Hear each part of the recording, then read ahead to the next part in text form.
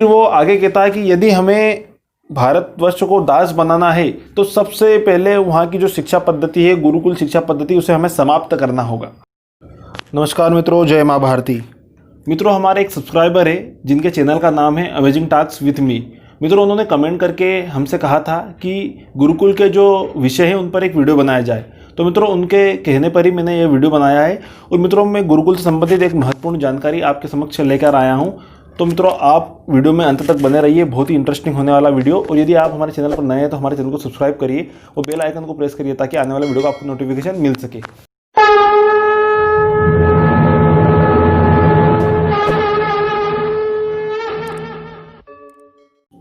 William Adam नाम का एक अंग्रेज अधिकारी था जो भारत भ्रमण पे आया हुआ था और वह ब्रिटिश संसद में सांसद भी था, हाउस ऑफ लॉर्ड्स में।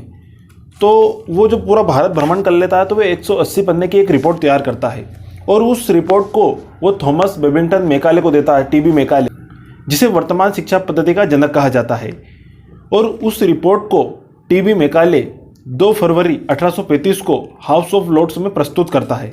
और मित्रों, मैं आपको बता दूं, जो हाउस ऑफ लॉर्ड्स जो संसद थी अंग्रेजों की, वहाँ जो भी बहस होती थी वहाँ पर सब मतलब उसे टाइप करा जाता था उस बहस को, और उसे हंसार्ड प्रेस रिलीज करती थी जब भी उसे आवश्यकता पड़ती थी।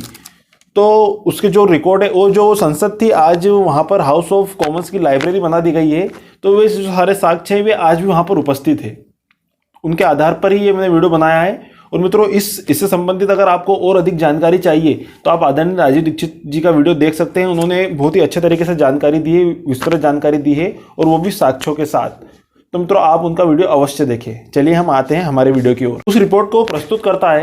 रिपोर्ट के अनुसार विलियम एडम का कहना था कि मैं भारत के चारों ओर घुमा हूं। मैंने भारत को बाहर और अंदर दोनों तरफ से देख लिया है। मैंने भारत में कहीं भी भिखारी नहीं देखे और न ही भारत में कोई बेरोजगार है। भारत शिक्षा, तकनीकी, व्यवसाय हर क्षेत्र में हमसे निपुण है। भारत की शिक्षा व्यवस्था हमारे सामने कुछ भी नहीं है। और वो आगे कहता है कि धन संपदा के विषय में हमारे शहर बर्लिन, शिकागो, न्यूयॉर्क, पेरिस, इन शहरों की कुल संपत्ति के बराबर का एक जो शहर है भारत में, सूरत, मतलब इन शहरों की कुल संपत्ति केवल अकेले शहर भारत के सूरत के बराबर ही है। तो वो कहता है आगे कि इस प्रकार वहाँ की शिक्षा व्यवस्था, वहाँ के व्यवसाय और वहाँ की जो धन संपदा को देखकर भारत को दास बनाना अत्यंत कठिन है।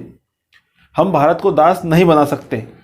और फिर वो आगे कहता है कि यदि हमें भारतवर्ष को दास बनाना है तो सबसे पहले वहाँ की जो शिक्षा पद्धति है, गुरुकुल शिक्षा पद्धति, उसे हमें समाप्त करना होगा। और मित्रों, अगर आपको ये विश्वास नहीं होता तो आप मैक्स मुलर के बारे में पढ़िए। मैक्स मुलर की जो विकिपीडिया आज ही सर्च करिए, उसमें बताया है मैक्स मुलर की विकिपीडिया में टीबी मैकाले के बारे में बताया गया है कि उसने किस प्रकार कुटिलता से हमारी गुरुकुल पद्धति को समाप्त किया। और उसने अपने पिताजी को एक पत्र लिखा है, उस पत्र में उसने सब मेंशन किया। मित्रों, आप ये स्क्रीनशॉट पे भी देख सकते हैं और आप भी जाकर पढ़ें। और मित्रों, वो आगे भारत में शिक्षा की दर बताता है। वह कहता है भारत के दक्षिण में 100%, पश्चिम में 98%, उत्तर में 82% और मध्य में 87% लोग साक्षर है। ये उस समय भारत के गुरुकुलों की साक्षरता का दर था कि इतने लोग वहाँ पढ़े लिखे, इतने लोग साक्षर है। और वो बताता है कि इस समय हमारे इंग्लैंड में केवल 17% ही लोग साक्षर है। आगे वो बताता है कि 7,32,000 राजस्व के गांव हैं और हर गांव में एक गुरुकुल है, मतलब 7,32,000 गुरुकुल है। कि बड़े गुरुकुलों में लगभग 20,000 छात्र पढ़ते हैं और छोटे गुरुकुलों में लगभग 200 छात्र पढ़ते हैं। कि गुरुकुलों में सभी वर्णों को एक से हर वर्ण का व्यक्ति गुरुकुल में पढ़ सकता है और साथ ही महिला को भी पढ़ने का अधिकार है। महिला के गुरुकुल अलग होते हैं और महिला को महिला ही पढ़ाती है। अब वो बताता है आगे कि गुरुकुलों में कुल 18 विषय पढ़ाए जाते हैं। उनमें से मुख्य है वैदिक गणित, खगोल शास्त्र, धातु विज्ञान, कारीगरी। और कारीगरी भी मित्रों हर प्रकार की कारीगरी, मिट्टी की कारीगरी, लोहे की कारीगरी, लकड़ी की कारीगरी, जो पत्थर को काट के बनाए जाने वाले मंदिर वगैरह, मतलब हर प्रकार की नक्काशी वगैरह, हर प्रकार की कारीगरी सिखाई जाती थी। रसायन शास्त्र, चिकित्सा शास्त्र, चिकित्सा शास्त्र में औषधि विज्ञान अलग, शल्य चिकित्सा अलग। इसके साथ साथ संगीत, कृषि, युद्ध कौशल, संस्कृति की रक्षा, हर प्रकार के शस्त्र का संचालन करना सिखाया जाता था। संस्कृति के बारे में बताया जाता था, आध्यात्म के बारे में बताया जाता था, ब्रह्मचर्य के पालन के बारे में बताया जाता था। इसके अलावा योग और ध्यान विधि समझाई जाती थी कि किस प्रकार आपको योग करना है। पशुपालन सिखाया जाता था, कृषि सिखाई जाती थी। इस प्रकार से हर प्रकार के जो विषय हैं उनको मतलब सिखाया जाता था, हर विषय में उनको निपुण किया जाता था।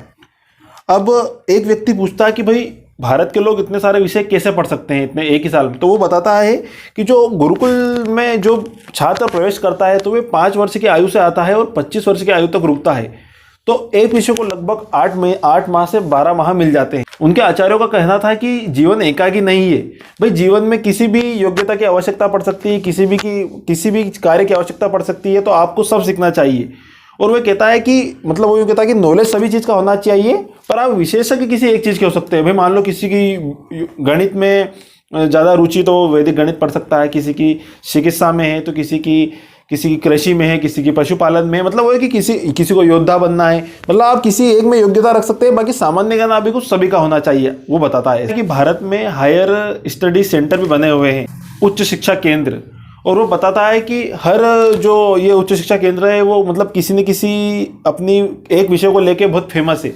और वो बताता है कि जैसे कि अमरावती विश्वविद्यालय वो धातु विज्ञान में बहुत निपुण है, जो कांगड़ा विश्वविद्यालय है वो सर्जरी में शल्य चिकित्सा में बहुत निपुण है, विशाखापट्टनम विश्वविद्यालय है वो इंजीनियरिंग के लिए बहुत फेमस है। और आगे वो एक गुरुकुल का उदाहरण देता है कि विशाखापट्टनम में कावेरी नदी के समीप एक बांध बना हुआ है। मित्रों वो बांध आज भी बना हुआ, आप गूगल पे सर्च कर सकते हैं। और वो बांध वहाँ पर पत्थर लगे, वहाँ पे तेलुगु भाषा में लिखा हुआ है, लगभग वो 1200 ईस्वी में बना हुआ एक बांध है।